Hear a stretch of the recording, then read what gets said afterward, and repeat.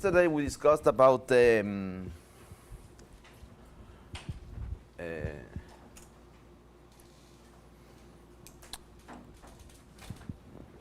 stationary measures of Markov chains.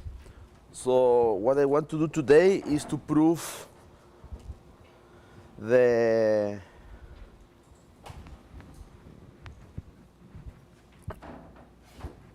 one of the main theorems about the stationary measures of Markov chains, which is the uniqueness. Okay? So let me state this as a theorem. So theorem.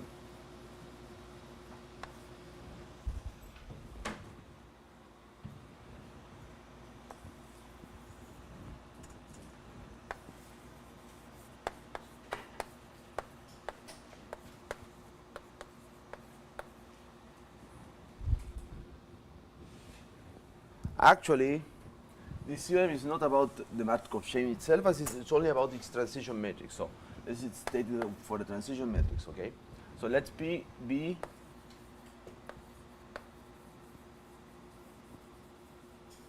a stochastic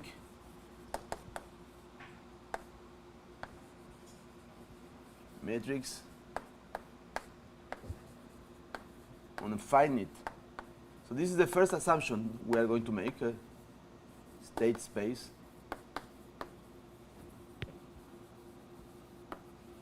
omega. Okay? So this is the first assumption we do, which is that the space is finite. Okay?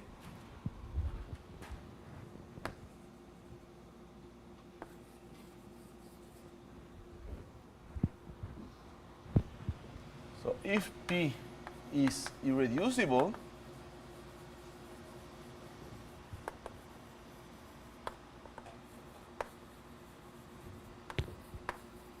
then there exists a unique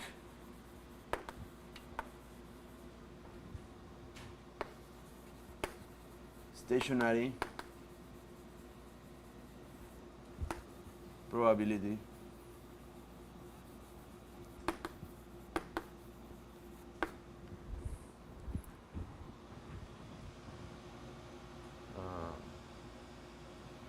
measure for P. Okay?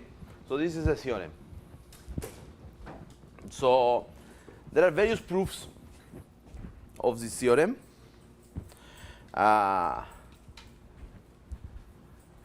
So there is one proof in the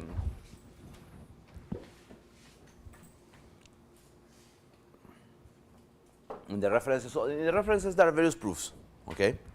So each one chooses its preference, its favorite proof, but the proof that I'm going to do here is not exactly the proof of the book.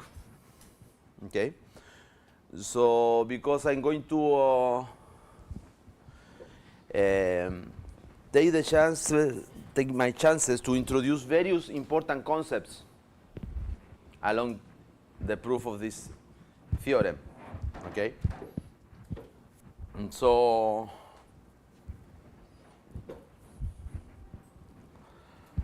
in particular, I'm going to introduce a distance between probability measures, which is going to be very relevant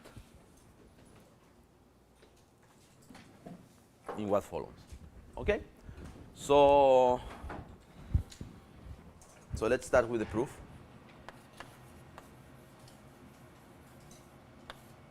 Okay.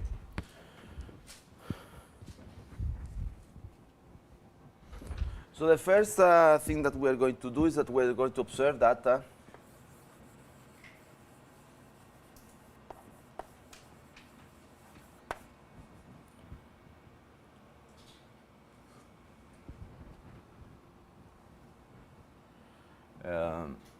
so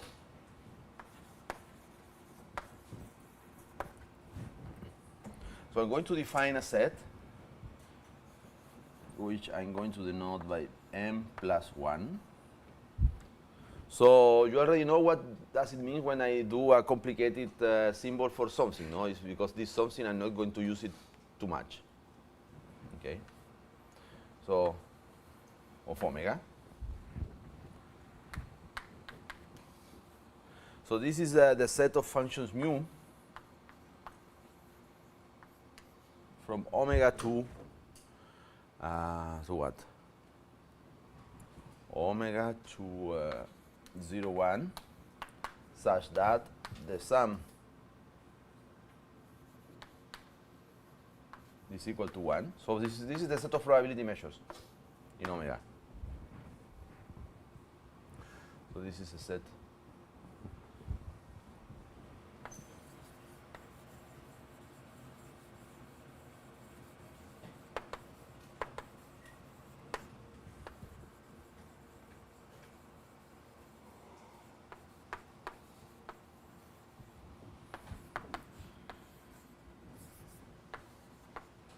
Is a closed,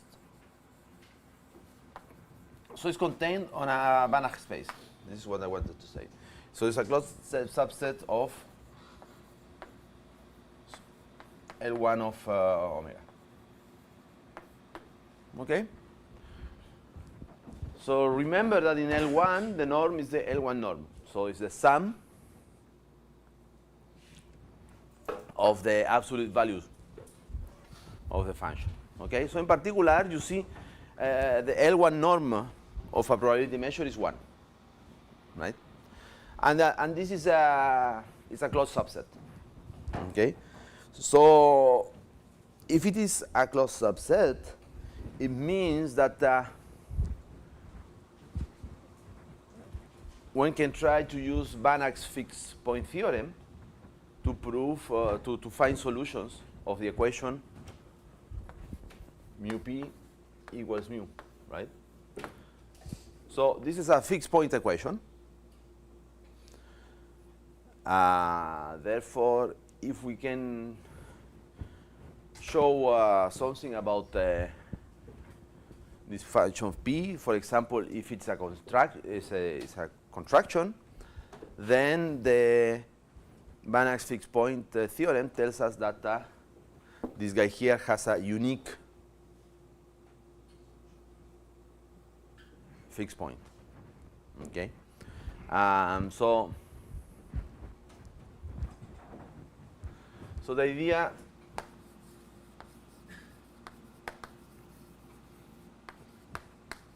is to use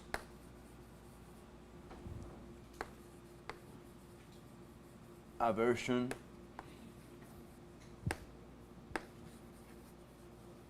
of Banach fixed point theorem.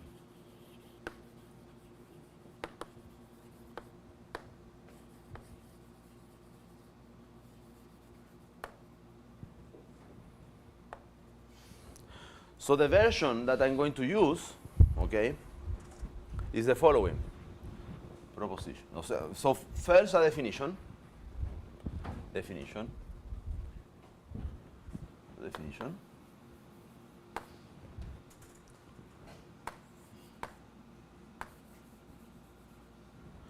Okay, maybe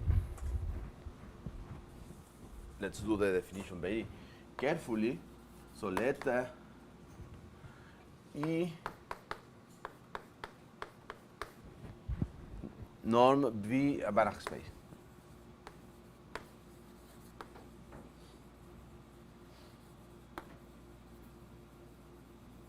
Okay, so what does it mean that this is a Banach space? It means that the space E is a vector space, and this is a norm on that vector space, and this vector space is complete under this norm. For example, little L1.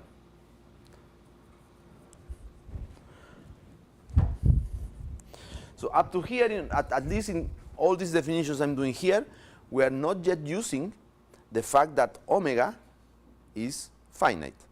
It could be countable. Okay? So let the space. So we say that the function F defined on a domain contained on E. In principle, it could be any Banach space, the image. So, but here, since we are thinking about a fixed point problem, we are going to put E. Okay. So a function defined on a,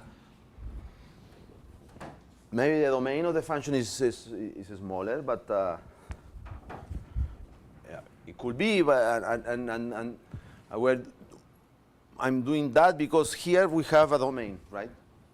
So this is a subset of L1, and what I'm going to do is I'm going to think about the function P, no, the stochastic matrix, as a function that picks a measure here, a probability measure, and gives us a result, another probability measure.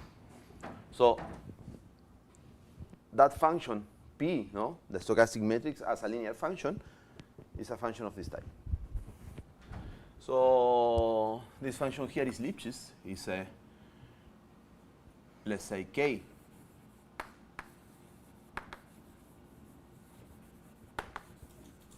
Lipschitz if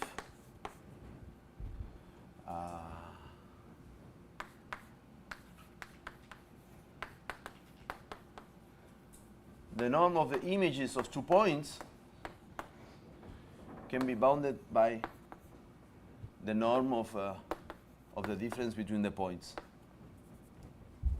Okay, and the constant here is what we call the Lipschitz constant. So usually the smaller of such constants here is what is called the Lipschitz constant. The Lipschitz constant is not really the most useful thing. It's more actually it's more convenient to talk about K Lipschitz functions, because in practice what we do is not to compute the exact Lipschitz constant of a function, but we estimate.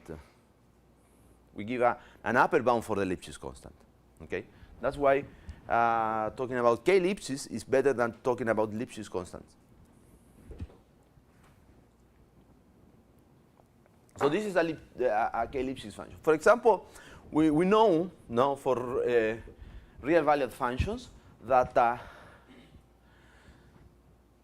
a function with a bounded derivative is actually Lipschitz, right? So this the mean value theorem tells us that if the derivative function is bounded, then it is Lipschitz, and the constant here can be estimated by the supremum of the derivative. Okay, so and this is and this thing here holds for every x and y on the domain.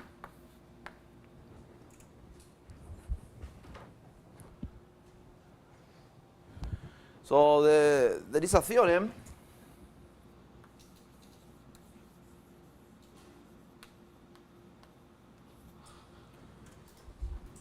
the theorem is the following.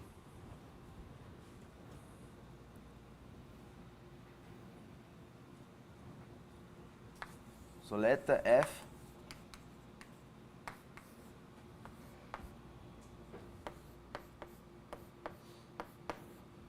now F maps the domain D into itself.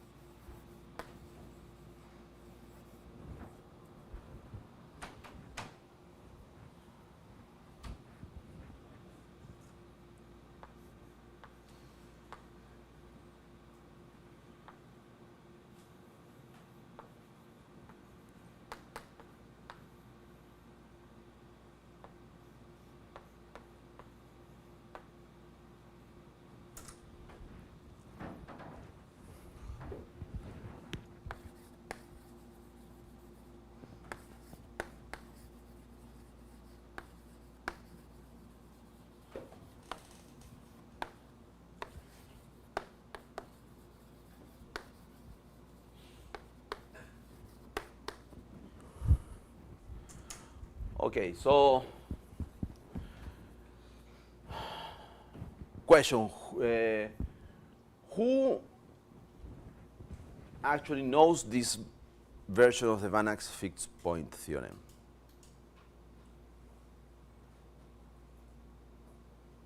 You know it. No, you don't know it. I only know the form. I only know the case when here means strictly. Yeah, so who knows the version on which you assume that K1 is smaller than 1? So if the function is if the f is a construction, then the fixed point is unique. Do you know that one? Yeah, that one you know, right? So that one is actually a particular case of this one, because if f1, so this fn here is the nth is the composition, no, of f. So since f goes from d to d, you can compose it. So this fn is the n-fold composition. So if f is k ellipses with k1 k smaller than 1, it means that f, the composition, the nth composition of f is kn ellipses, k to the power n ellipses. So I'm going to write this as an observation, as a corollary, so that the usual Van Ax fixed point theorem is a corollary of this. Okay, so let me write here an observation. Observation. So if k1 is smaller than 1, then kn is smaller or equal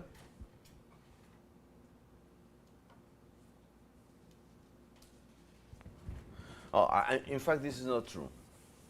What is true is that kn is always smaller or equal than k1 to the n. Okay. So we always have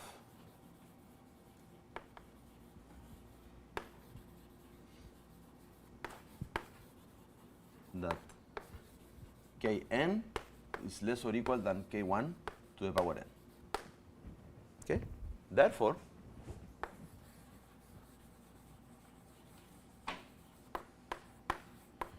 if k1 is strictly smaller than 1, then the actual sum we have to do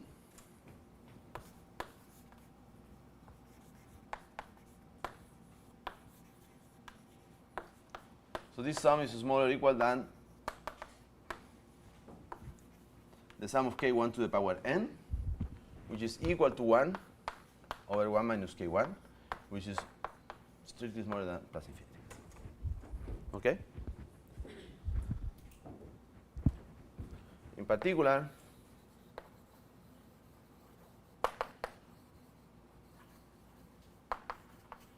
the usual fixed point theorem is a corollary.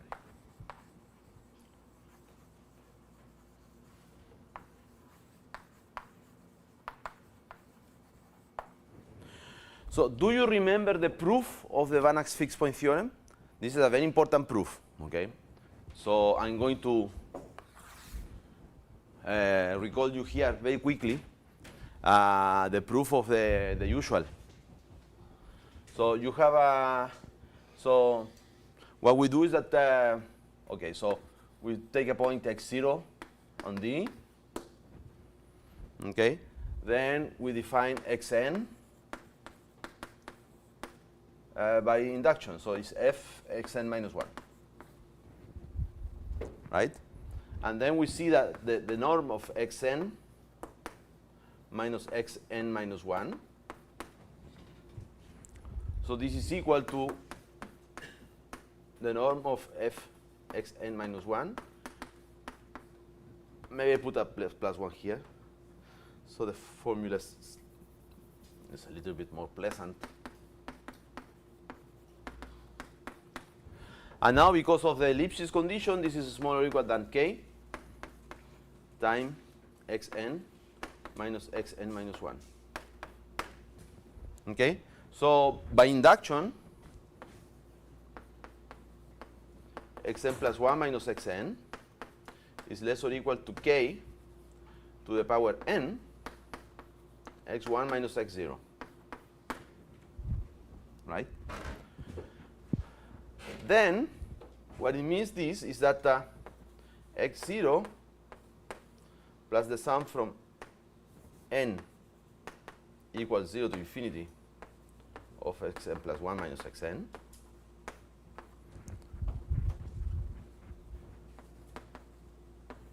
is absolutely summable.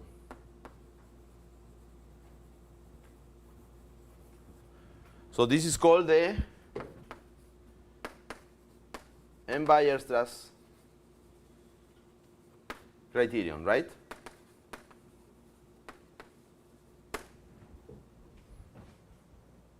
Okay. So, and we define this guy here as x infinity.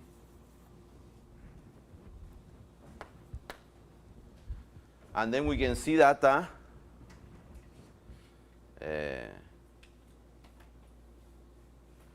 xn converges to x infinity. F of xn converges to f of x infinity. But these two limits on the left are the same.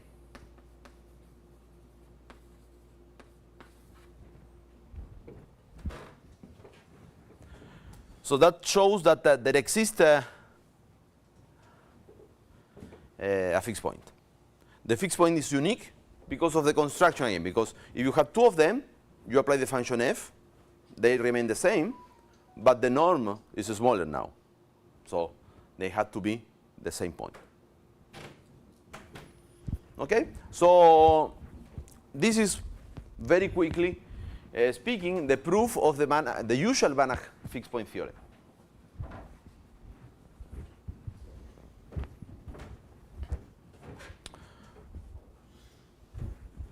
But you see that we can actually transform this into a proof of the other theorem very easily. So I'm going to actually do that. So I'm going to look at this proof.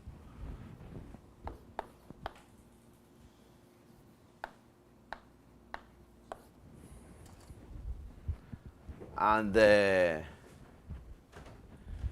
okay, so let x0 be in D be given.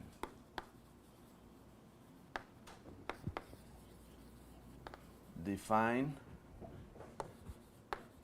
inductively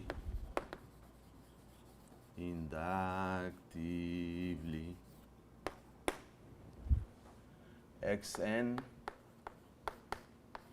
f of xn minus 1, this for n bigger or equal than 1.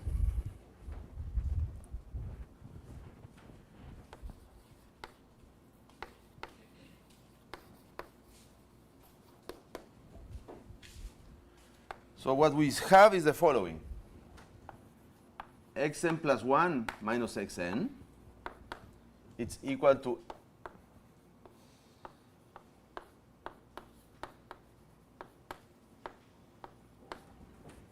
this, right? This is the definition of xn. So xn, how do you compute xn? Xn is just the nth composition of f applied to x0. Right? You apply, you go.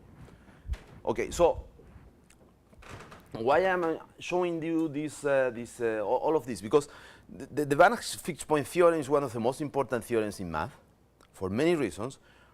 One of them is probably a reason you don't care about, which is it's very important for applications. Because the Banach fixed point theorem is a constructive theorem. So it allows you to, it gives us an algorithm to actually construct the fixed point. And this is very good for math, because it means that if for some reason you have an approximate way to construct an object, the Banach fixed point theorem tells you that this actually gives you an approximate solution of your problem. And this idea can be used in a lot of fields, no?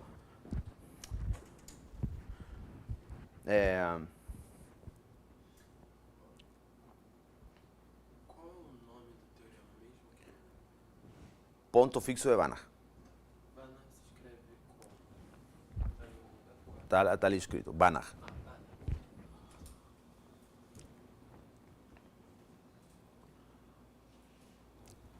So it's very important from a mathematical point of view because it's a very powerful theorem, but it's also very important in applications because it gives you actually a way to construct the fixed point. Okay. Differently, I always mention this because it's something that it's really a kind of a change of paradigms. There is a famous theorem by Nash in economics, no? Which tells you that every game has a equilibrium. That theorem, the proof of Nash, uses the Brouwer's fixed point theorem. So the Brouwer fixed point theorem is not the Banach fixed point theorem. It's another thing. It says that if you have a function from a compact to itself, then it has a fixed point. That theorem is not constructive. And this is very important in economics because in economics sometimes it's guaranteed that you can find the equilibrium of a game. But it's false. Because the only thing that the Nash theorem proves is the existence of the equilibrium. And it doesn't prove that one can actually find it. And actually, in a sense, you cannot do better than Nash. Okay, so you can try to use Banach's fixed point theorem, but then it means that those games are contractive in some sense. So you can always, given any norm that you put in the space of games, you can always find a game that is not contractive with respect to that norm. So in that sense, it's you cannot do better than Nash theorem. And that is important from the point of view of economics because it's not true that you can actually find the equilibrium. And this is an assumption that many times people do in economics.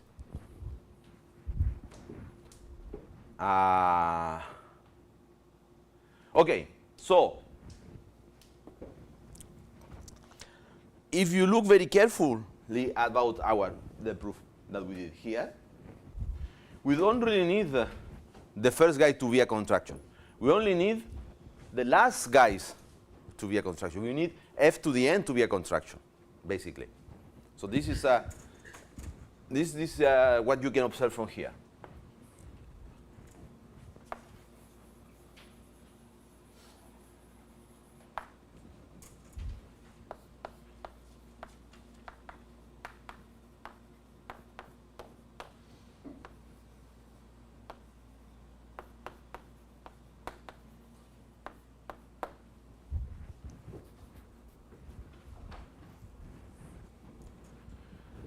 And now, this is summable. So this difference here are absolutely summable. So they are summable in norm.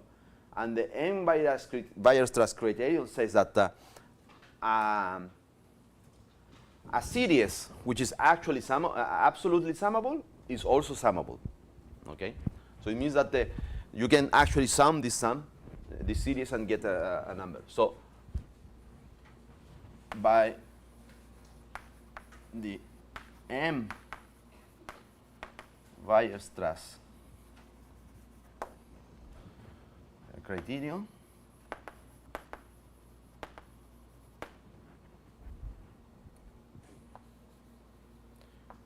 x infinity defining that x0 plus the sum of these differences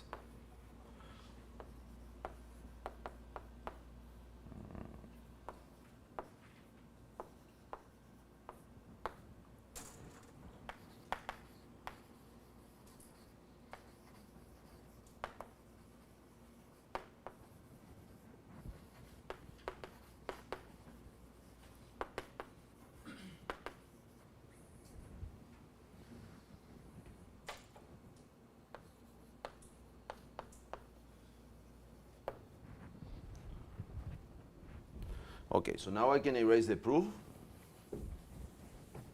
I'm not going to erase the last line because the last line is the only thing that I didn't yet transcribe here. But now it's obvious what happens, no? So this guy here is xn. So since f is continuous,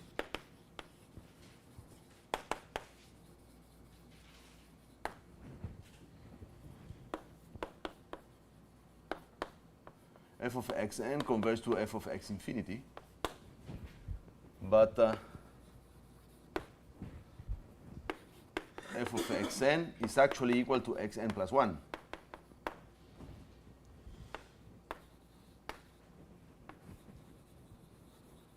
We conclude that so the limit of xn plus 1 is also x infinity. So x infinity is equal to f of x infinity. Okay, so this proves that, the theorem says that f has a unique fixed point. So we prove that f has a fixed point which is x infinity. So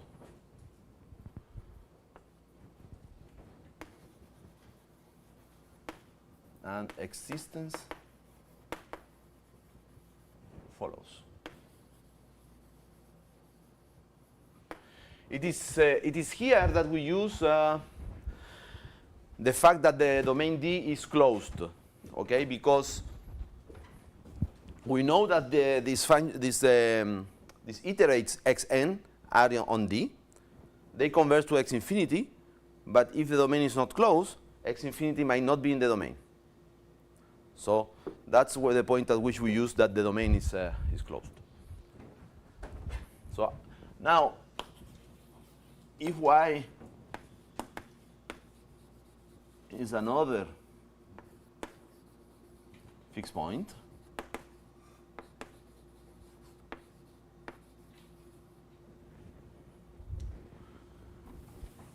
okay. So let y in D be such f of y is equal to y. Now we cannot use that f is a contraction to say that these 2 points are equal, but we can use that f to the n is a contraction. Okay, because so the condition is that this sum is finite. Okay, if this sum is finite, it means that the terms of the sum converge to 0. So in particular, there is one of them which is smaller than 1. So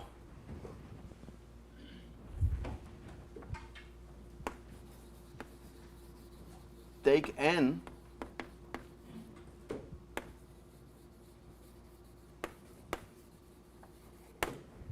such that kn is smaller than 1. Then what happens is the following, is that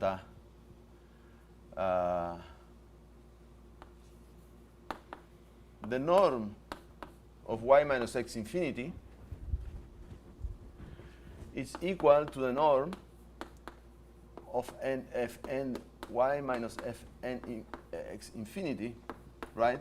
Because both are fixed points. But this function fn is kn Lipschitz. So this is smaller or equal than kn y minus x infinity. right?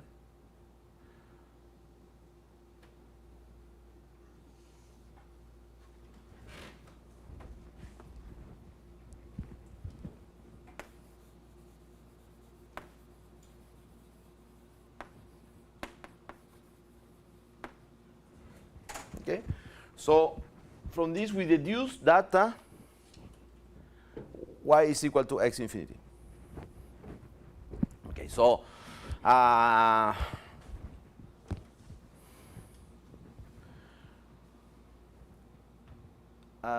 so now a quick word about proofs. No?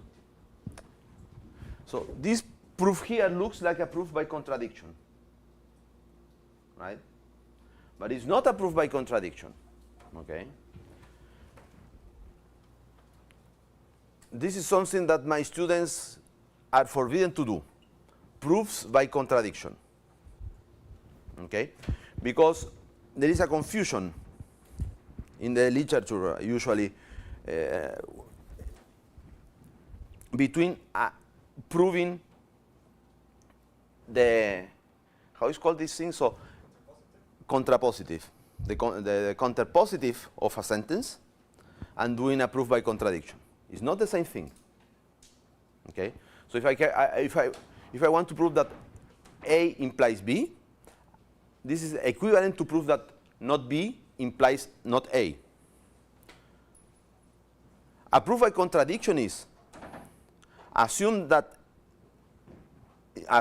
A and not B, and show that these two things together imply something that we know is not true. Okay? So,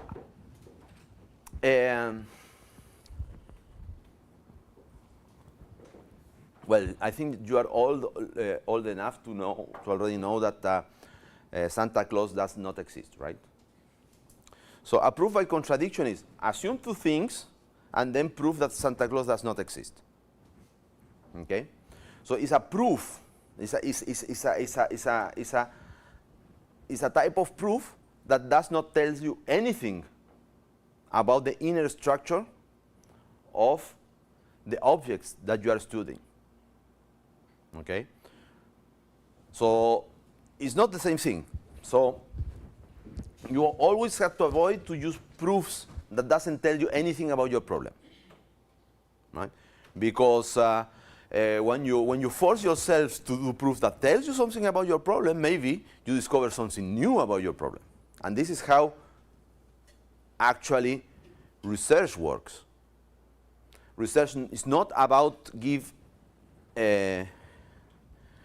proof to results. So this is my point of view about research, no? But it's not everybody's point of view. But for me, the proof itself is not important.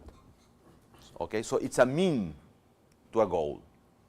Okay, so in science in general, there is something called the scientific method, right? So there are these steps on the scientific method that you probably learned about in high school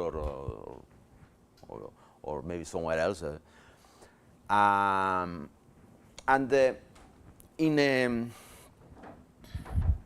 When you are doing science, physics, for example, let's say theoretical physics, because it's the closest to mathematics probably.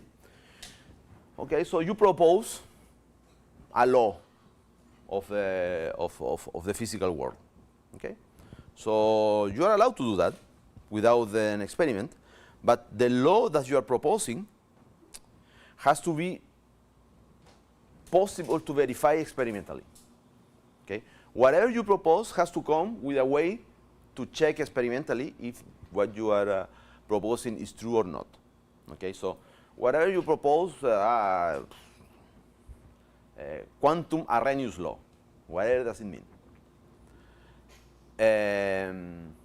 It comes from with an experiment that you yourself maybe cannot be able to do, but someone else maybe can perform in such a way that if the result is A, then that confirms your law, and the result is B, then your law is not true. Okay. So in mathematics, there is not such a thing that This is not scientific method. So we have another method to verify whether the things we propose are true or not, which is called the proof. But the proof is not the objective. It's one of the steps of our scientific method. Okay? The real goal is actually to produce new laws of the mathematical world. And in order to justify that we are correct, what we do is a proof.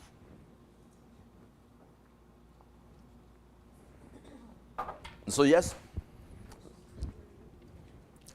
And then if the proof is, and many times a good proof tells you more. So you discover more about what you were studying than what you knew before starting the proof. Okay? So this is not a proof by contradiction. So I'm not contradicting anything. No? I'm assuming that y is a fixed point, and I'm proving that that point is actually equal to x infinity. So that proves uniqueness. And uniqueness follows. So uniqueness.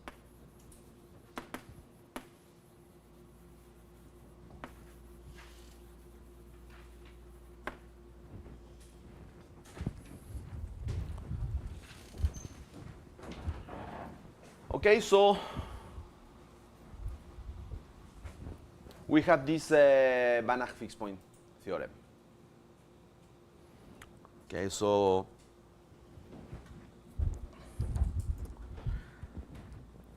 what's the point of this theorem is that actually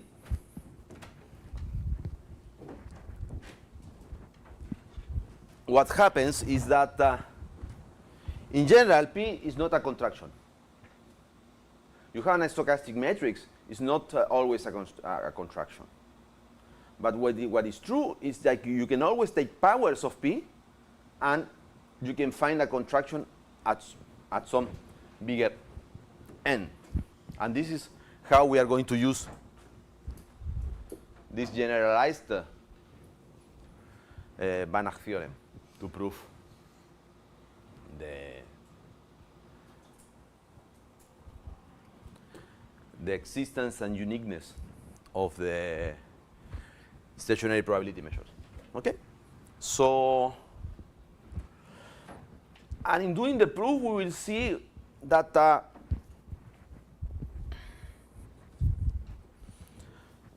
this might be true also for an infinite volume, but you need something more. And this something more, in general, is not satisfied. Okay? But it's good to have it in mind. Okay, so let me see, where do I want to erase? So maybe I'm going to write this last line here. Then F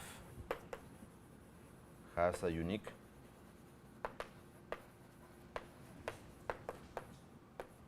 fixed point.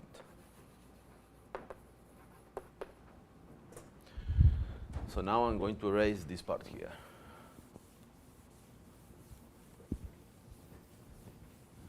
So this was Banach's fixed point theorem. So maybe it's not super important for Markov chains, but it's super important for research in general.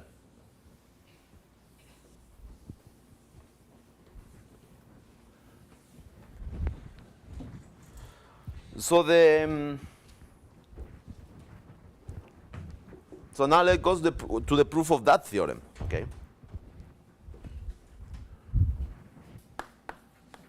Proof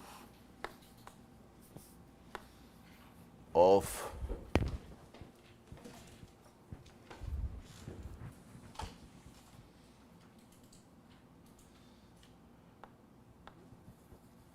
our theorem.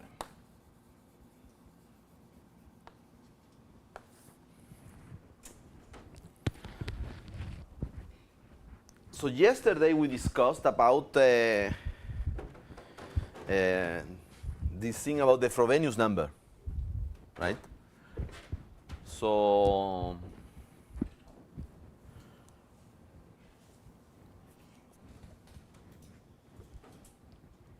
we said that if you have a set of natural numbers such that the GCD is the greatest common denominator. The greatest common denominator is equal to 0. Then there is a positive number big N such that all numbers bigger or equal than n big N can be written as positive linear combinations of those numbers. Okay? So let me write it here, maybe. So yesterday I explained you very quickly. Now I want to explain that.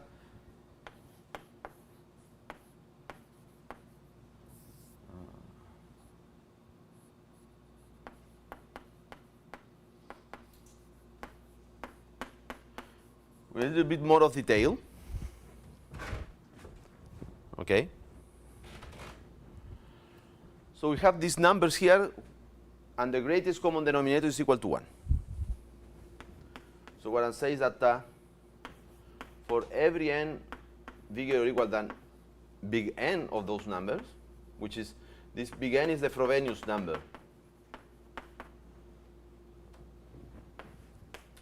Exists A1, AL bigger or equal than 0. So maybe I write it like this because they have to be integers, no?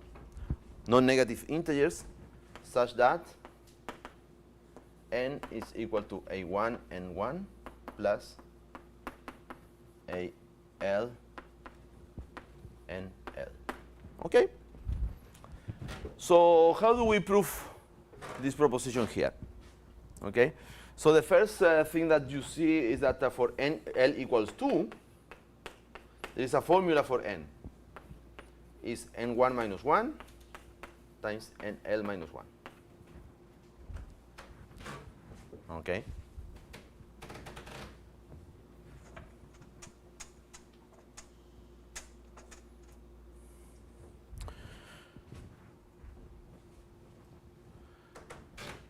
So what is n2 in the case, no? So n1 and n2 are coprimes. So you go n1. Let's say that n2 is bigger than L1. So you have an n2. Then you can construct n2 plus n1. Okay. Now after that you have 2 times n2.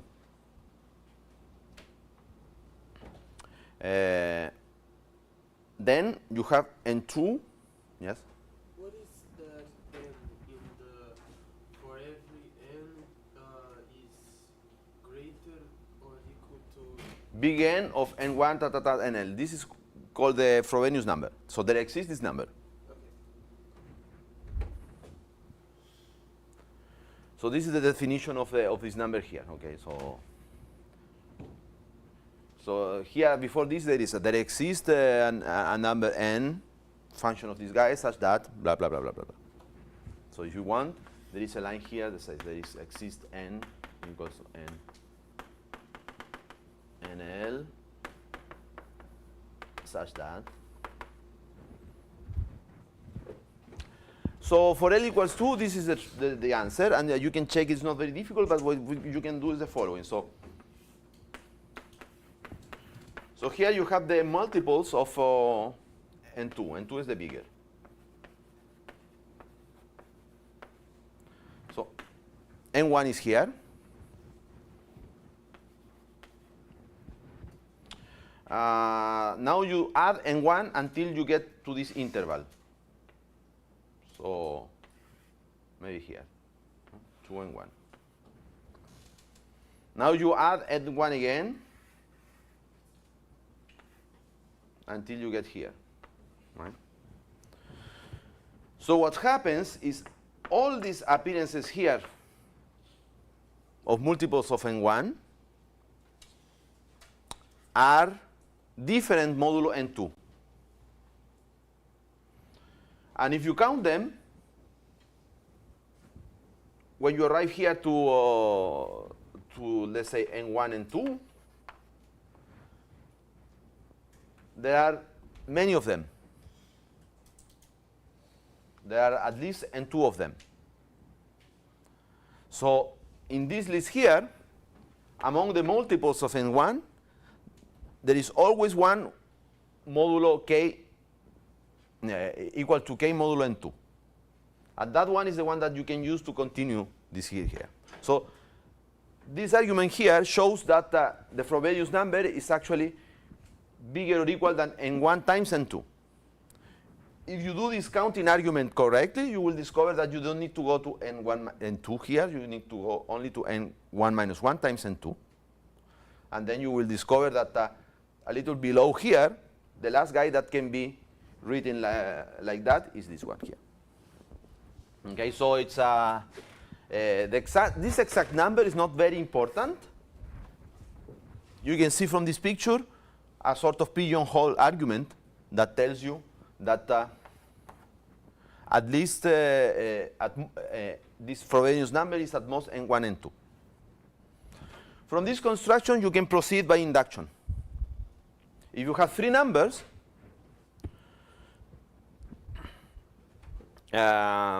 you take the first two. If the first two are coprime, then there is nothing to prove. But if the first two are not coprime, they have a common denominator. And what happens is that all multiples of the common denominator are linear combinations of that one. Okay? So that means that you can substitute n1 and n2 by the common denominator in this business here.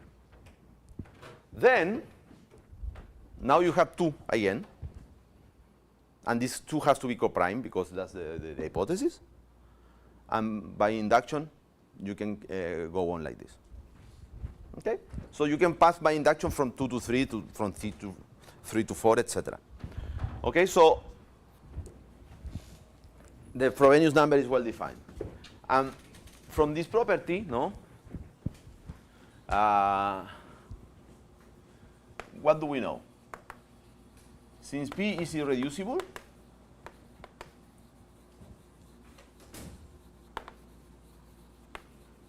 and gamma is finite,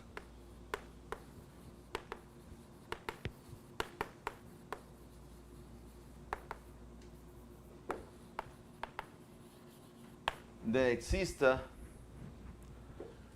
exist two things: n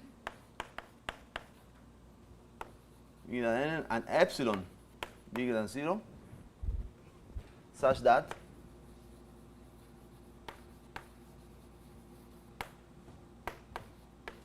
p xy to the power n is bigger or equal than epsilon for every x and y in omega.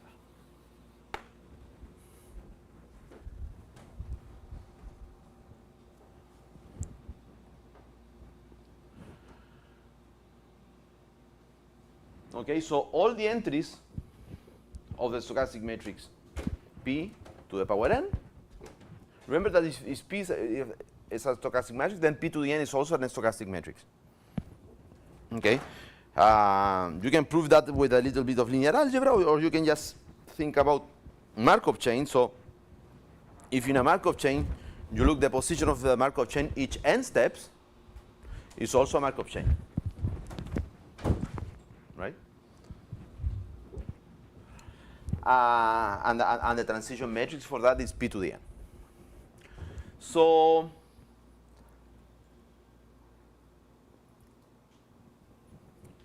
we have this property, and my claim now is that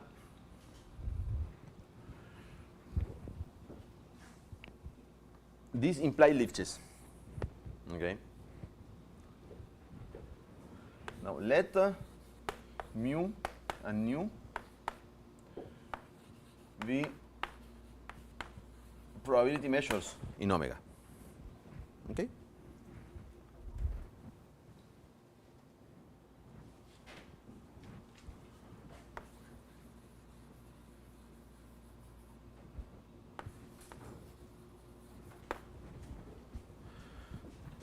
So there is a funny property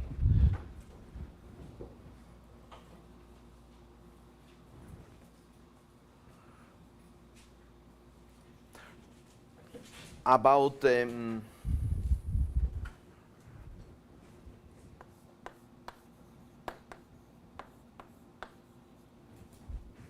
L1 norm. Okay. So the L1 norm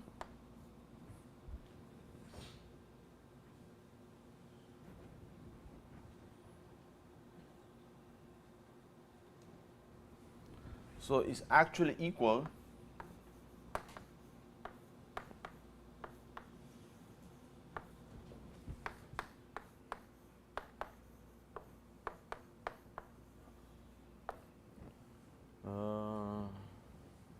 and these two numbers are equal.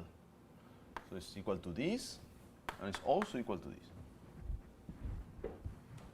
Okay, so let me draw a picture, because with a picture this is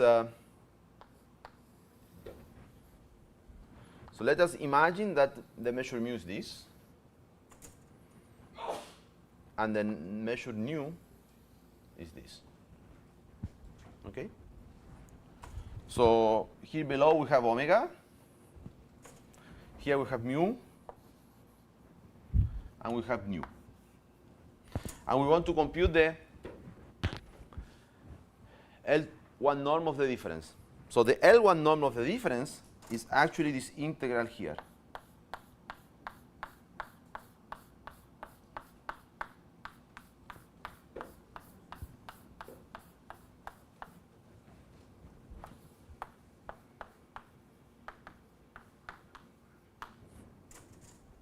Right? And so this is the part where both measures coincide. And these two areas have to be equal, right? Because this plus this is equal to 1, and this plus this is also equal to 1. So these two have to be equal. And the L1 norm is the sum of these two. So it's equal to twice any of them. Okay?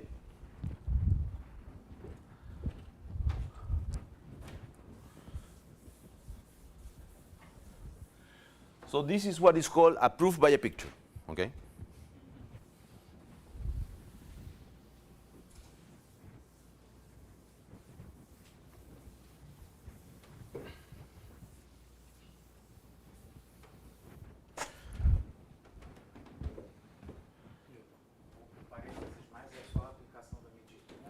Yes. So, yeah. So this is the positive part of the difference. This is the negative part of the difference, no? The positive part of minus the difference. And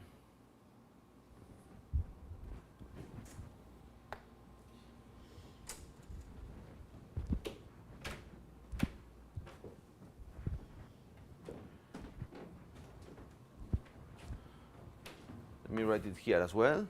Okay, so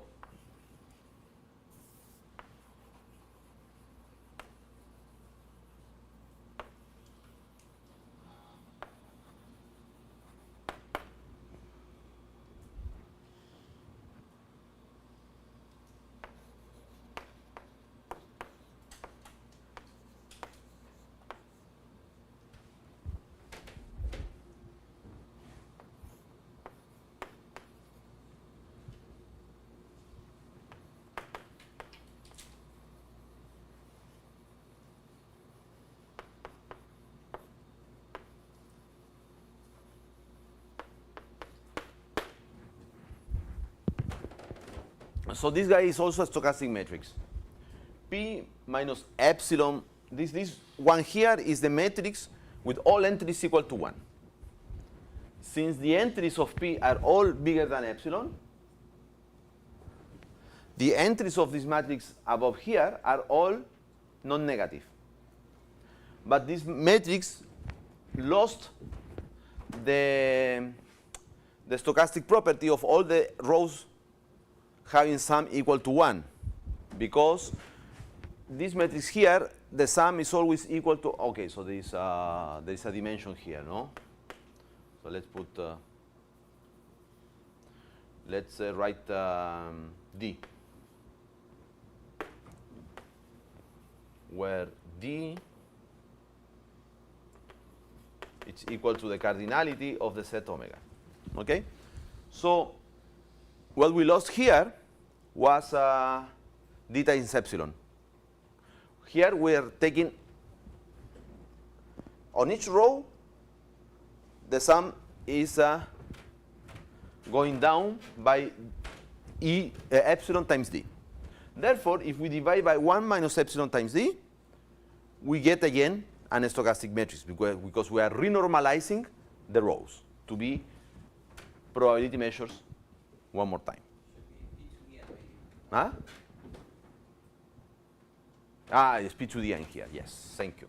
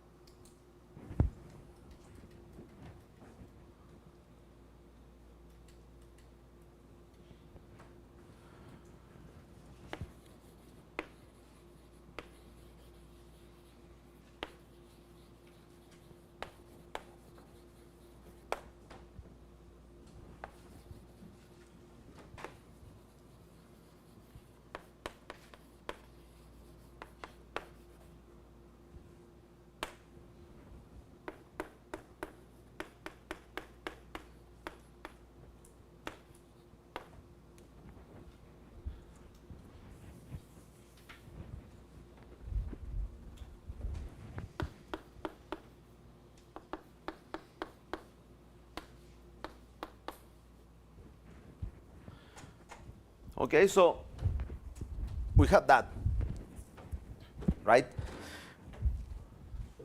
Why? Because this is true for every. So this thing here holds for every stochastic matrix.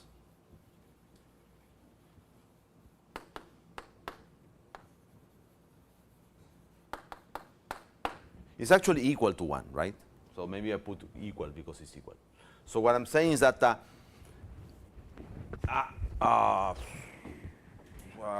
okay, so sorry about this. It's the other way around. It's pi times m. Okay.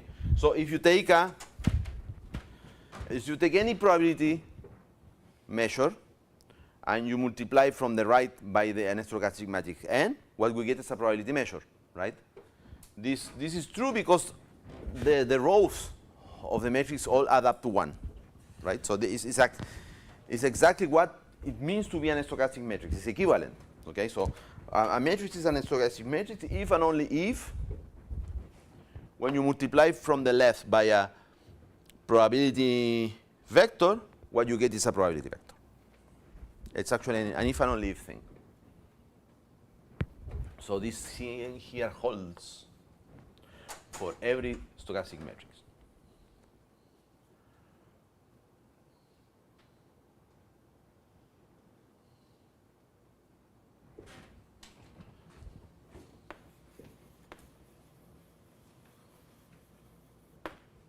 So now let's see what happens with the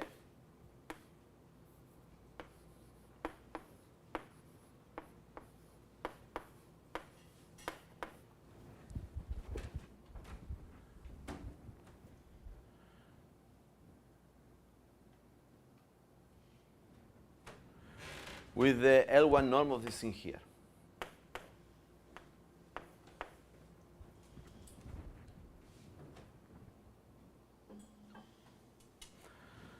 So if we just apply this formula here for the difference, what happens? See? Let me see what happens. So we can, okay, by linearity, we can write it like this, right?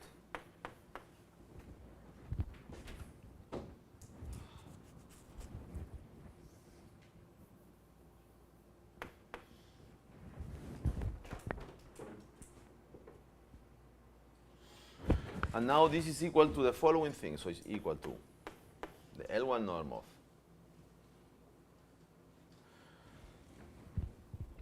so here we have a problem, you see? This property here is true for probability measures. And this difference is not a probability measure. You see the problem?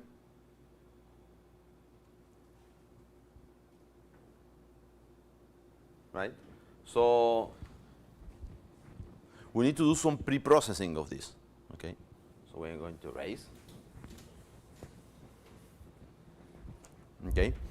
So the pre-processing is the following.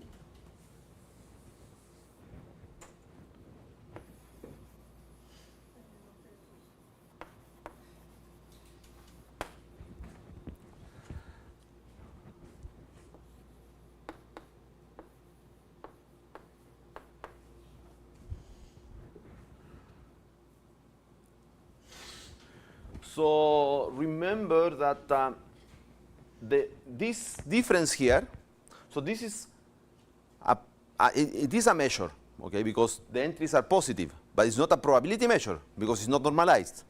But we can normalize it, right? So if we divide by the L1 norm, so we have to divide by, yeah. So if we divide by the L1 norm, we get a probability measure. So mu, it's equal to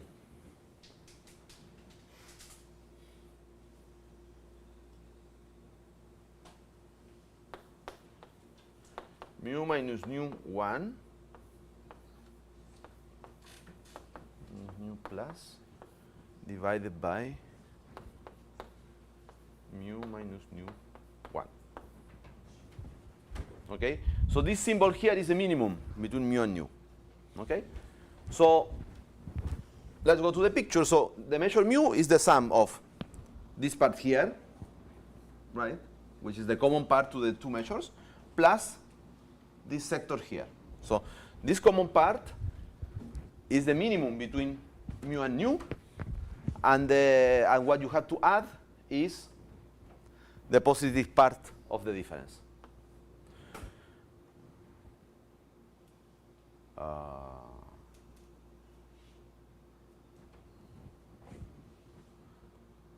And you have to divide by 2 here, right? So what you have to add is the positive part, but what I'm doing here is I'm normalizing the positive part to get a probability measure. And the factor you have to multiply to pay for it. Okay?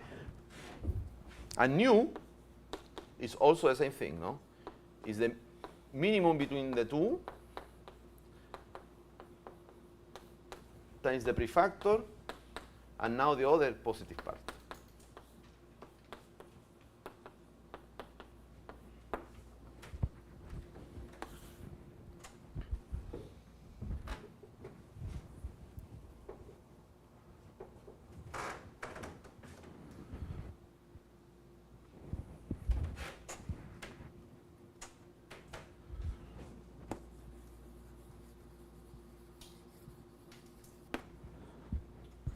So mu minus nu, it's equal to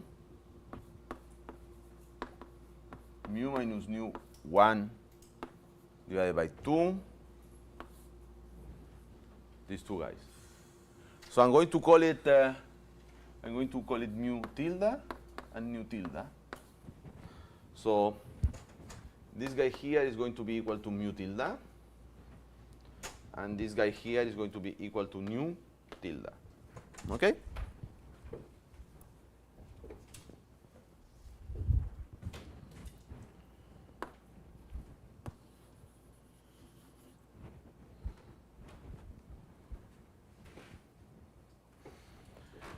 So what happens if I apply this matrix here to any measure, to a given measure? This matrix here has all entries equal to 1.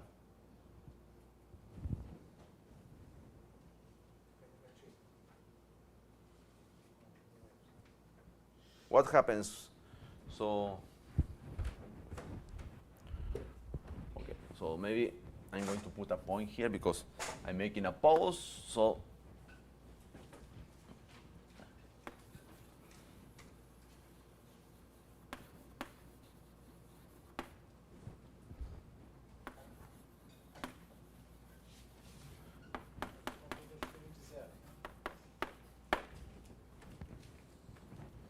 what happens if I do this?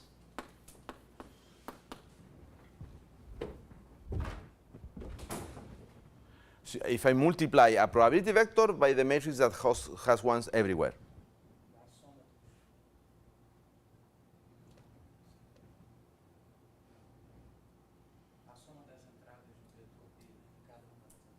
¿Y cuánto es la suma de las entradas? 1. So what we get here is just the constant vector equal to 1.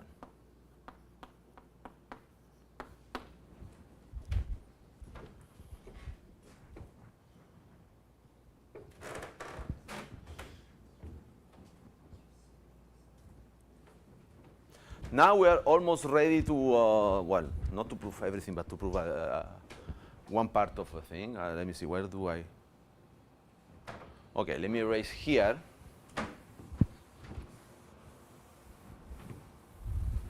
So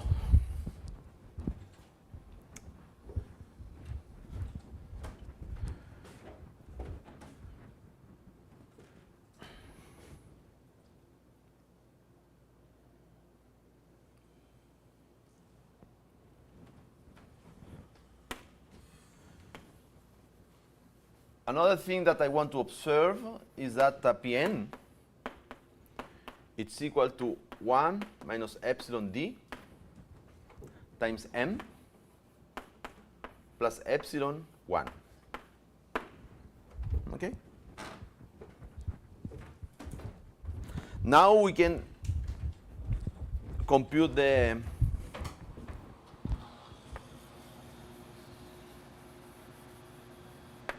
difference, and we can see that we can actually have a meaningful bound. So we have mu Pn minus nu Pn.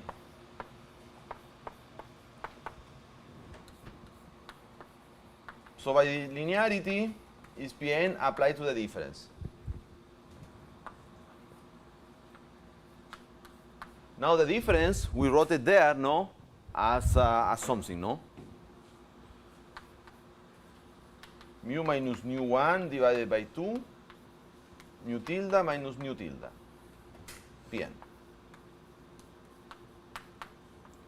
So the norm is a constant, so it gets out of the difference. And now we get nu tilde and nu tilde.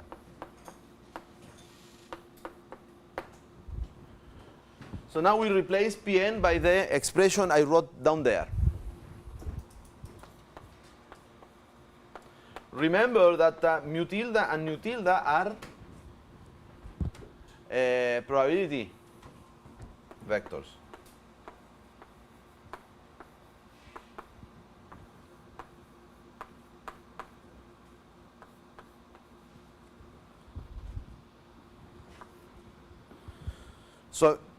So here is where the magic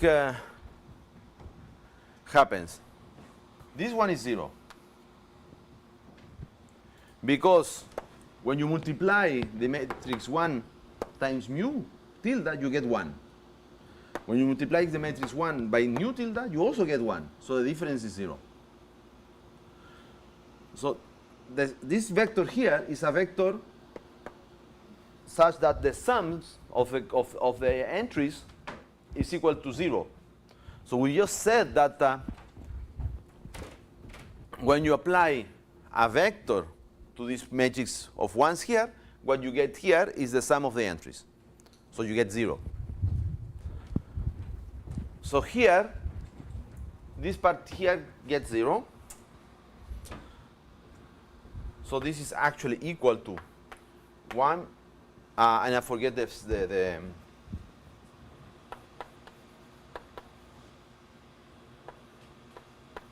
factor here. So this is actually equal to mu, and this is there is no tilde here. So it's mu minus nu divided by 2 times 1 minus epsilon d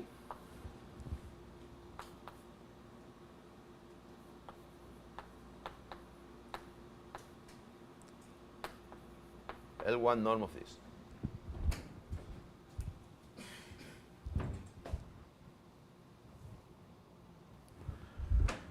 And now I just estimate this by the sum. Okay, I say, okay, finally I have to do an inequality. Okay, and the worst case scenario is that just I estimate the difference by the sum. So this is less or equal than mu minus nu 1 divided by 2, 1 minus epsilon d times mu tilde mu plus nu tilde mu. So this is, and now we use that mu as a stochastic matrix. So this is just 1, 1. It cancels with the 1 here, and we get 1 minus epsilon d mu minus nu 1. So it is a contraction. Okay, so I finally erase the theorem one line before using it. But anyway.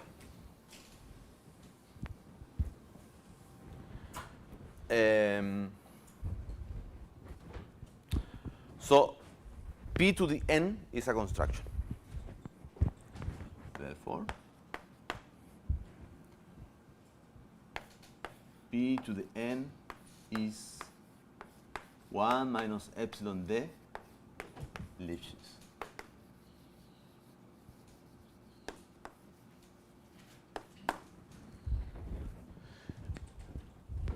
So this holds for every stochastic matrix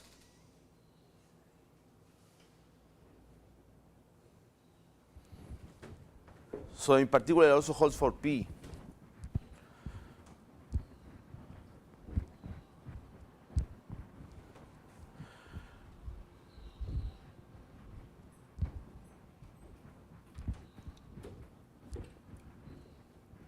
So let's see what it is.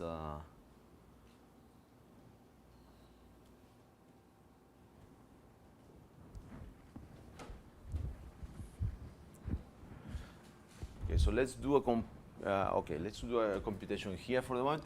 Let's say you have a matrix. No, we have mu minus nu p. Okay, of x. We want to estimate this, right? I want to see whether P is Lipschitz or not. So this is the sum over x of the norm of mu y minus nu y times pxy, right?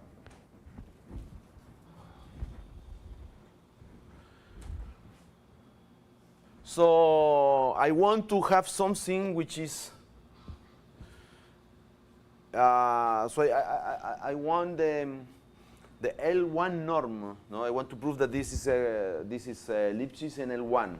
So I need to make the L1 norm of the function y appear here. So the easiest way to do this is to and here I have a sum inside, no? Okay, so. Okay, so maybe I do this.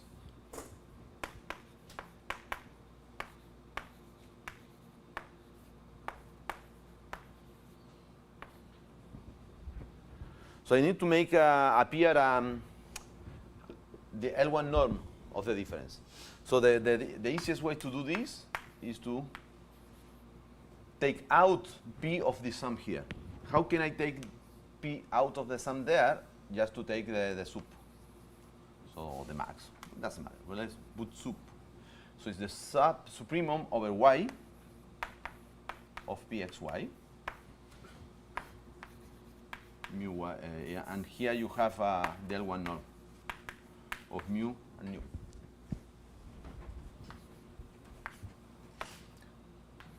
So this number here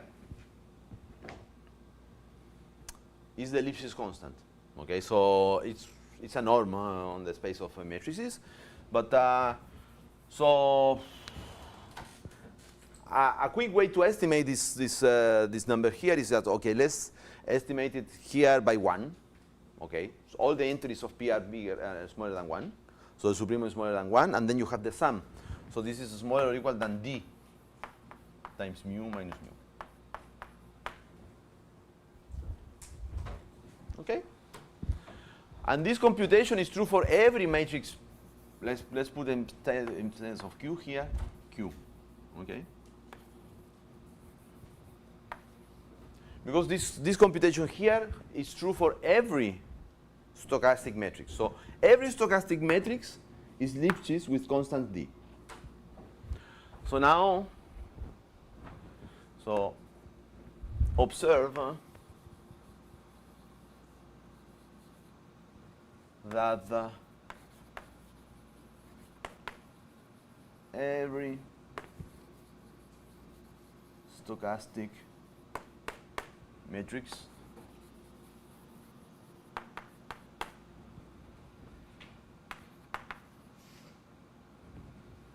is D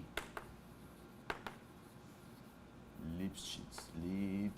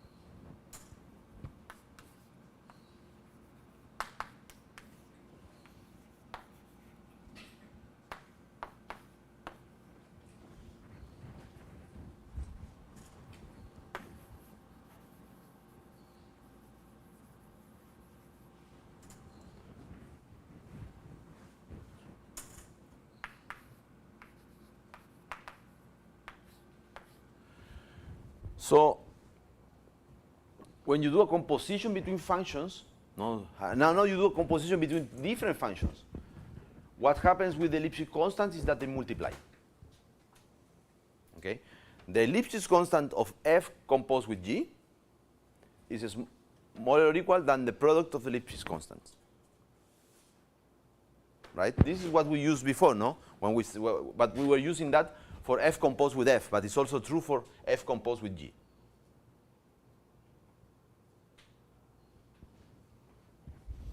Right? So this is the product of two different matrices. This one is D Lipschitz. This one is 1 minus epsilon d to the n, to the a Lipschitz.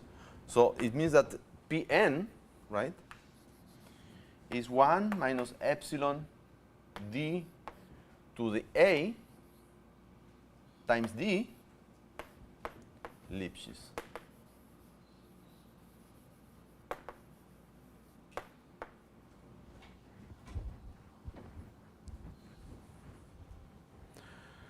So this is what happens if we write n in this form, right? So here this is the Euclides algorithm, no? So from Euclides algorithm, we know that B is smaller than big N, and A is some number, right?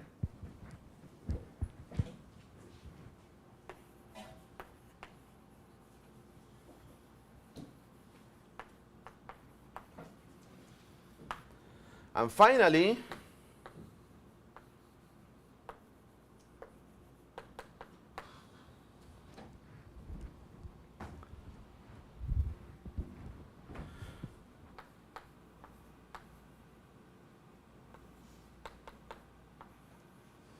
we can use our theorem. So okay, so now we compute the Lipschitz constants for all the powers of P, right? Which are the compositions of P with itself.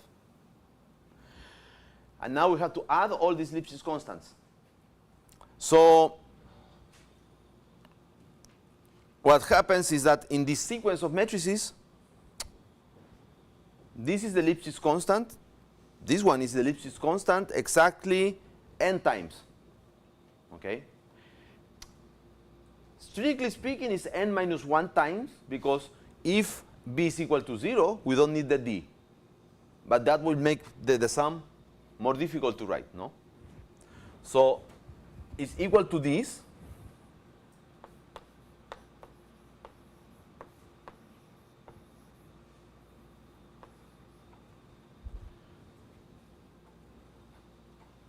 How many times?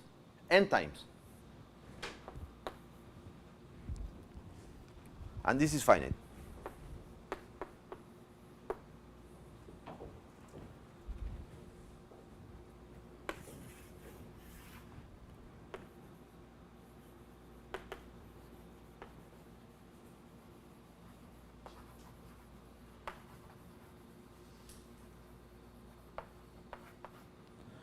So we finally proved the theorem, okay? Because the matrix P satisfies the hypothesis of the Banach fixed point, okay? So remember, it has to map a domain into itself. The domain is the set of probability measures, which is a subset of L1. L1 is a Banach space. And all the iterates of our function, they have to be Kn Lipschitz, and the sum of the Kn of the constants Lipschitz constants Kn has to be finite, and it is finite. Okay, so this proves the theorem. One of the first important theorems in Markov chains, which is that every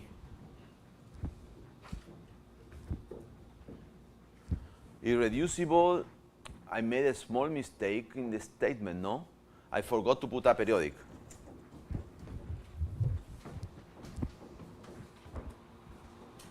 Right?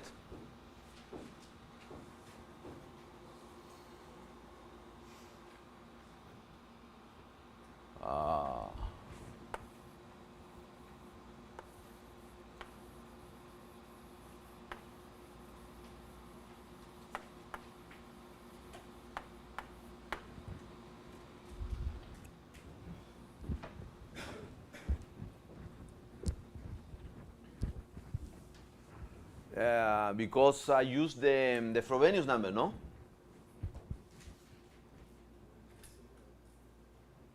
Right? So the theorem does not need to. Okay, so now I just want to comment on this because it's not very important. It has some importance, but in general, we don't want to have periodic Markov chains, because if we have periodic Markov chains, what we can do is to look at the Markov chain at periodic times, and at periodic times the Markov chain becomes irreducible. Okay. So if you look at the Markov chains only at steps which are multiples of the period, what you get is an irreducible Markov chain. It's a aperiodic Markov chain. Yeah. So if you have an irreducible periodic chain, you look at periodic times, then you get a irreducible aperiodic. That irreducible aperiodic chain has an invariant measure.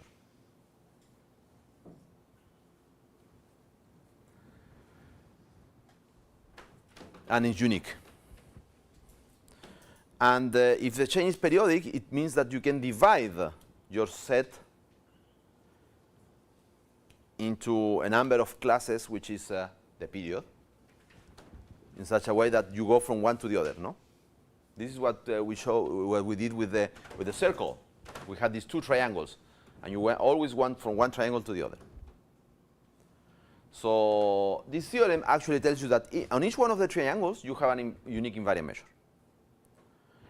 And from periodicity, it turns out that the periodic Markov chain also have a unique invariant measure, which is just the average of the invariant measures on each one of the periodic parts of the chain.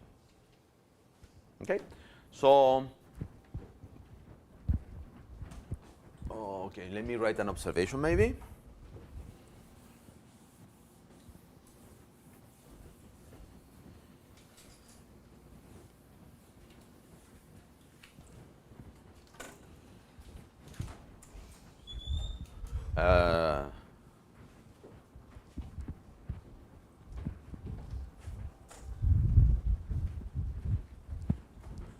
Observation. Aperiodicity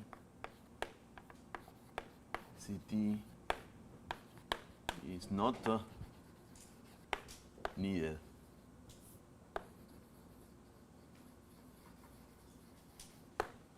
Right?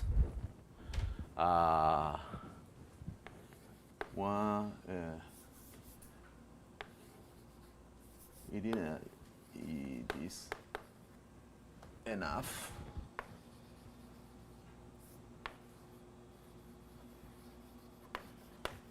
to apply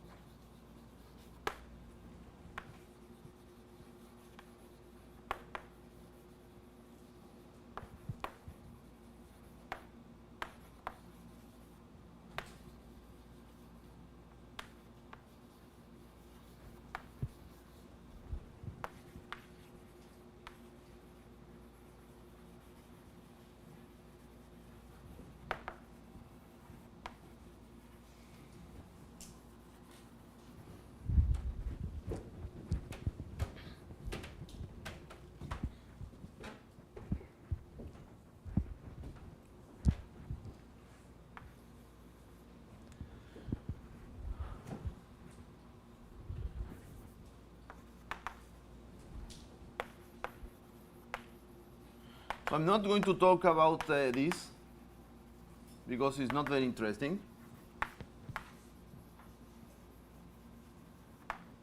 I'm just going to mention it. If you want, you can read the proof of the book of, well, you actually have to do it because I'm going to talk about that later. But I'm going to talk about, so the next unit is heating times. And I'm going to talk about heating times.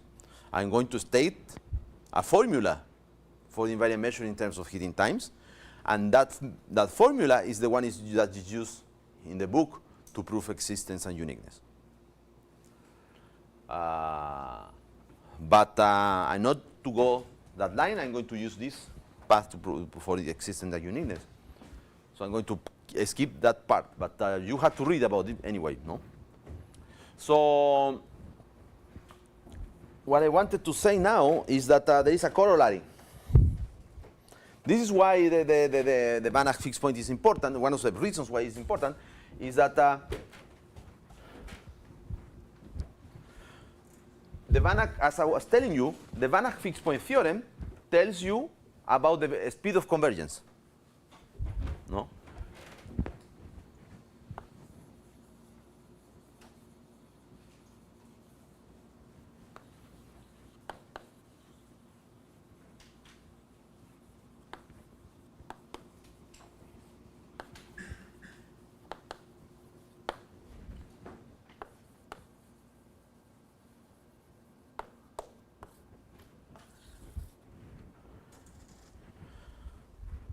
So let me do the computation here, just to state it in the correct way. So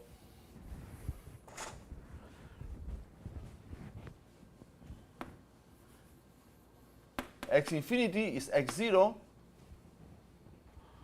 plus the sum from I equals 0 to infinity of xi plus 1 minus xi. Right? And the norm of xi plus 1 minus xi is less or equal than was ki x1 minus x0. Right? Well, from this formula, you can also see that x infinity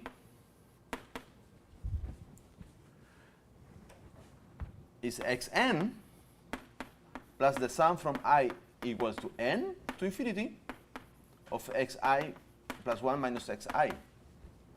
Right? So now I'm going to use the magic of erasing to rewrite this formula like that. Okay? So now I'm going to keep going with the magic of a blackboard.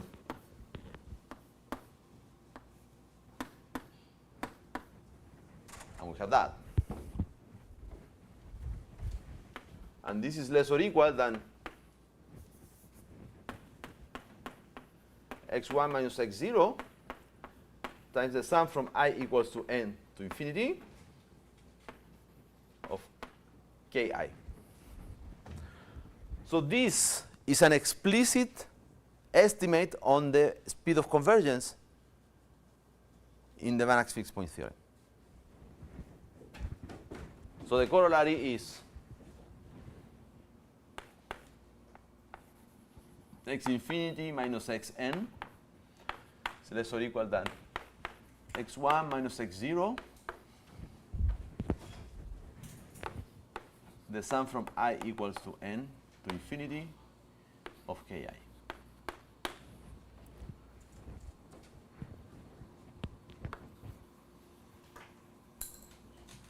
So now we can start a corollary.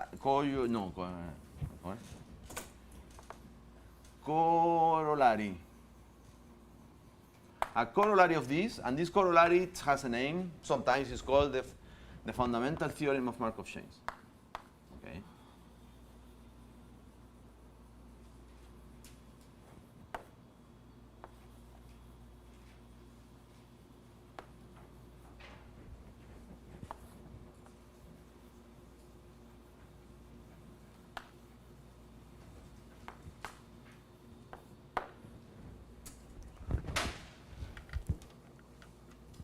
So since it's a corollary, what we are doing is that we are assuming the hypothesis of the theorem. Okay? So we have a stochastic matrix on a finite state space, irreducible aperiodic, and it has a unique invariant measure. So let pi be the stationary measure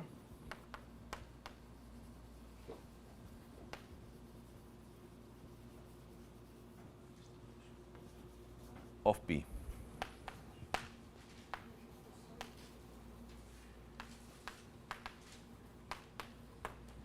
There exist two constants C and lambda such that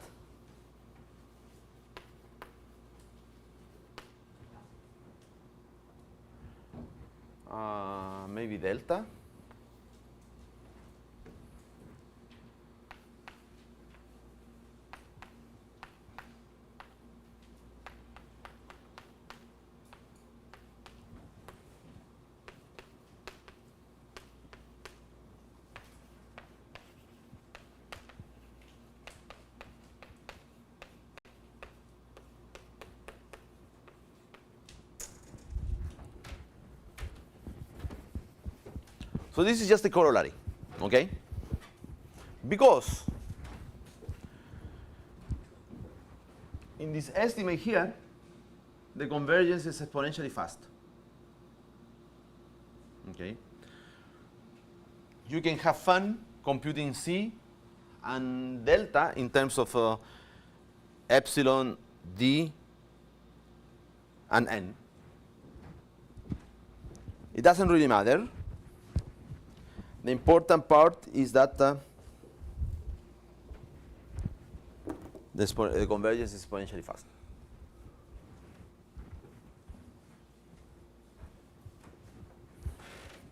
Okay? So this is called sometimes the fundamental theorem of Markov chains.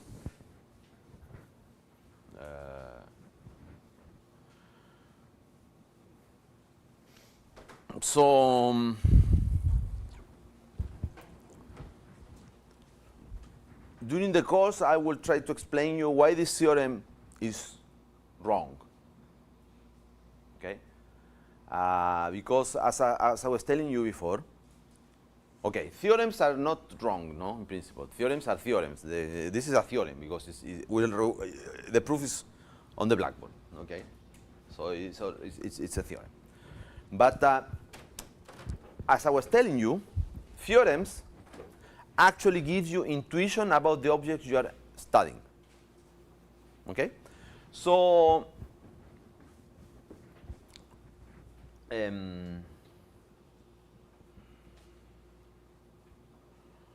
what happens here is that Markov chains converge exponentially fast to its stationary measure. So finite state irreducible aperiodic Markov chains. Okay, all these conditions are needed for the theorem. I mean, the hypothesis the state has to be finite because, for example, the symmetric random walk on the integers does not converge to invariant measure.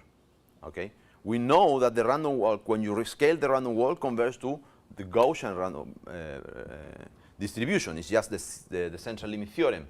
It's the central limit theorem for sums of IID random variables. But the Gaussian, if you go back to the discrete, it means that the law of the random walk is getting spread over all of Z, and it doesn't converge. So if you look point-wise, it converges to 0. So you don't have convergence. Well, you may say, well, it converges to 0, so it converges to something. Let's see what is the speed of convergence. The speed of convergence is not exponential. It's only polynomial. Okay? So it's not true that it converges exponentially fast.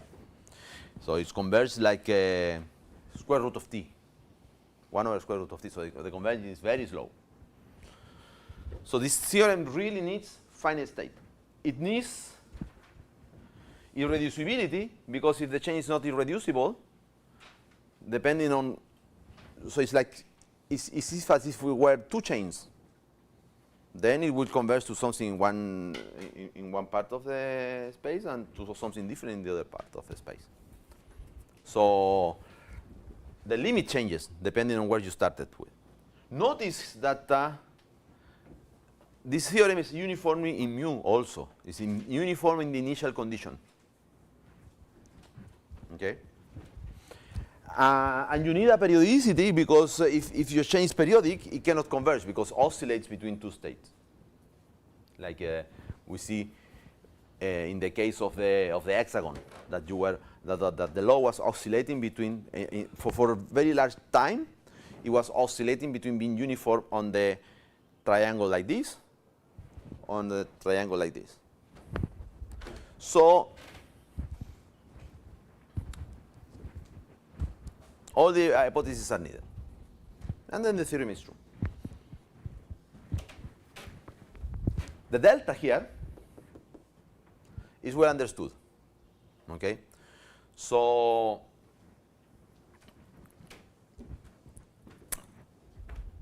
if you know a little bit of spectral theory, the fact that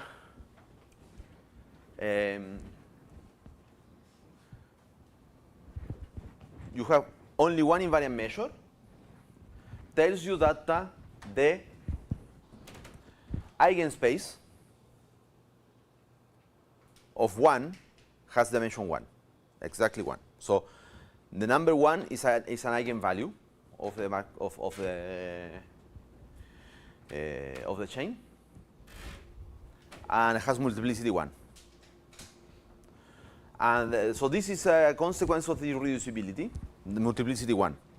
Aperiodicity tells you that there are no eigenvalues of modulus 1, different from 1.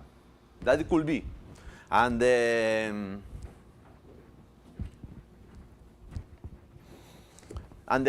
from this here, from this relation here, you see that the eigenvalues all have to be absolute value smaller than 1. So this is about the spectrum of the matrix P. So all eigenvalues have absolute value smaller than 1.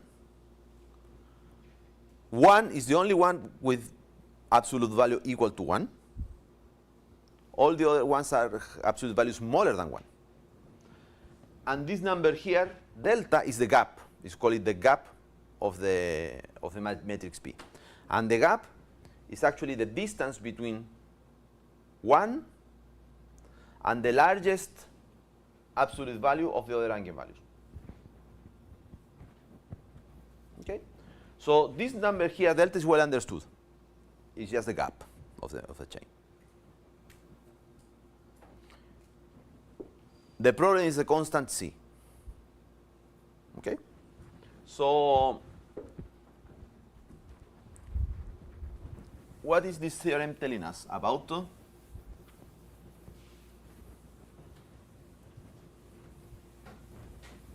Markov chains? So when I was telling you that this theorem here is wrong, is because the canonical interpretation of this theorem was the following. So here you have a Markov chain, so we have time t here, and here we take the graph of dt, which is so it's usually defined as the maximum over mu of mu pt minus pi. Okay? This is usually the definition of the distance. The distance to stationarity. Okay? And it's defined with the maximum here. This comes from statistics, because the idea is that you don't know what is the initial condition of your Markov chain. You observe, and you want to know whether these observations converge to something stationary. So this thing here is very. It appears in a very natural way in what is called Bayesian statistics. Okay, so if you don't really assume anything about your prior, you do observations and you get better estimates of what is the measure that you are observing, and this is just a Markov chain if you think about it a little bit, the observations. And what you want to know is the convergence of these observations to the invariant measure. So then, since you don't really know what is the initial distribution of the Markov chain you are observing, you take the maximum.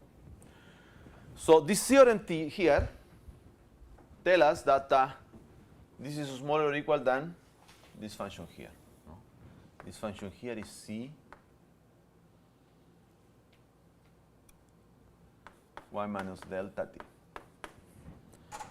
And the standard interpretation is that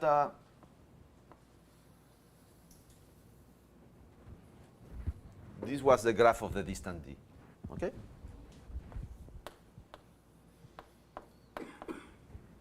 Right? So this is what this theorem is telling us, no? Since and we know that this delta here is the right one somehow. I mean, we understand that here we can put as delta here the gap. So actually, this curve here matches the exponential decay of the curve of the white curve. Okay, so it's really like that. So for a long time, this was the state of the art, and then it came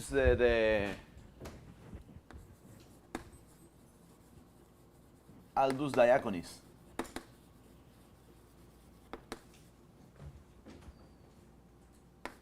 Markov chain revolution.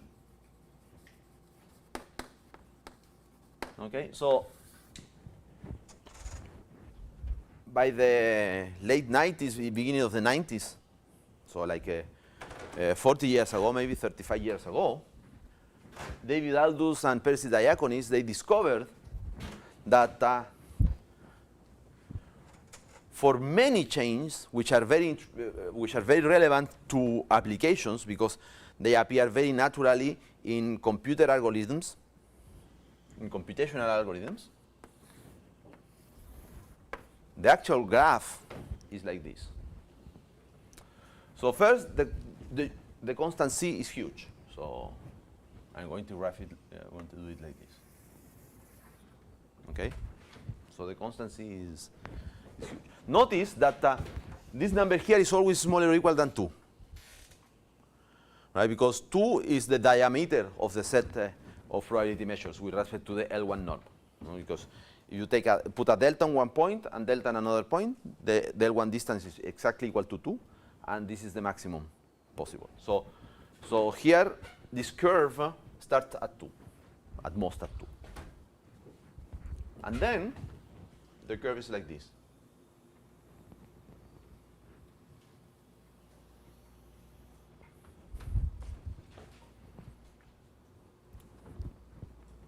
And here, this approximation is very good.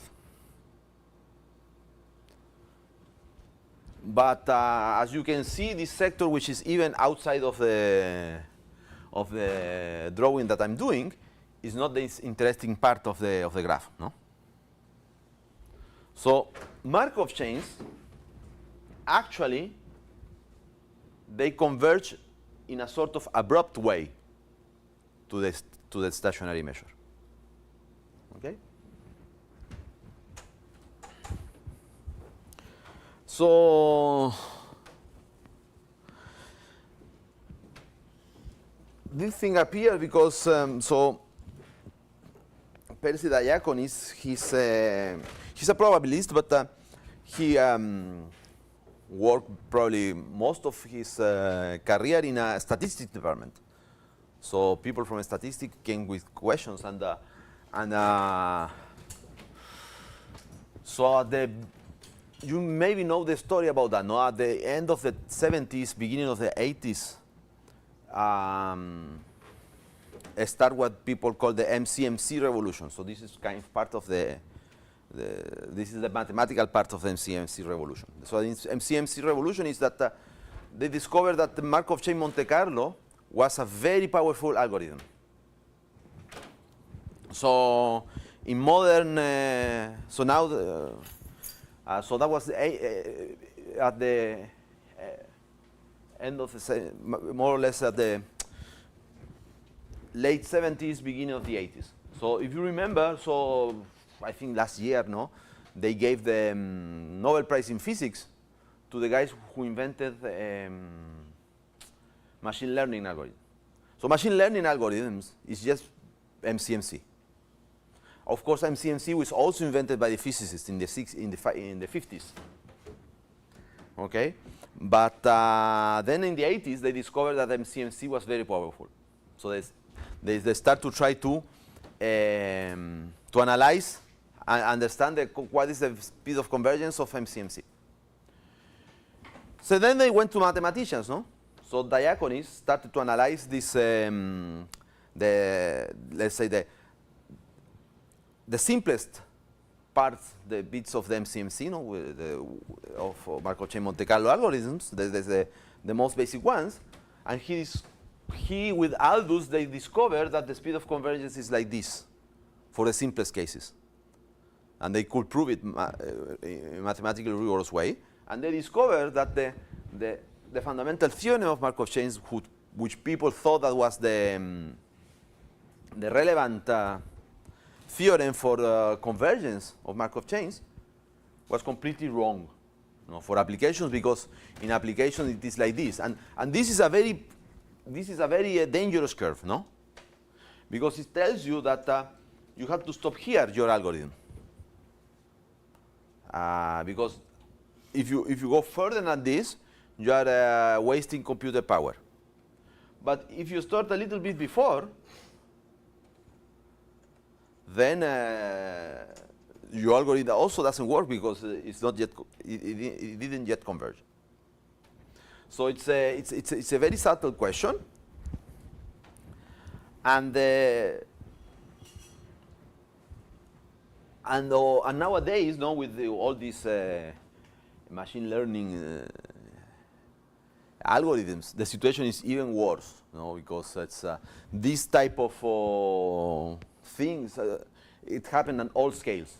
So that the actual convergence profile, what happens is it has basically a fractal structure of these plateaus. And so they locally they converge to something, and the way in which they converge is like that.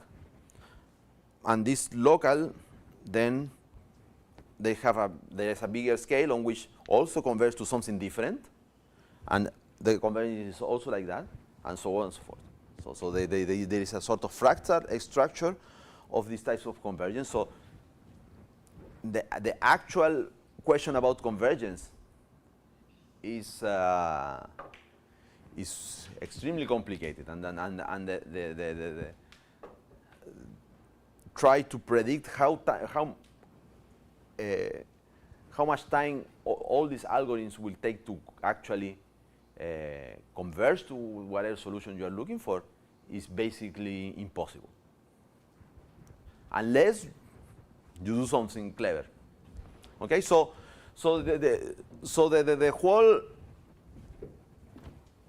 paradigm of Markov chains of this exponential convergence, even for finite state Markov chains, was completely changed by David Aldous and Perse-Diaconis, and this is one of the things that I would like to start to explain you whenever during this course. Okay, so well, that's it for today. So now we see each other on Thursday, right? Because next Tuesday is holiday.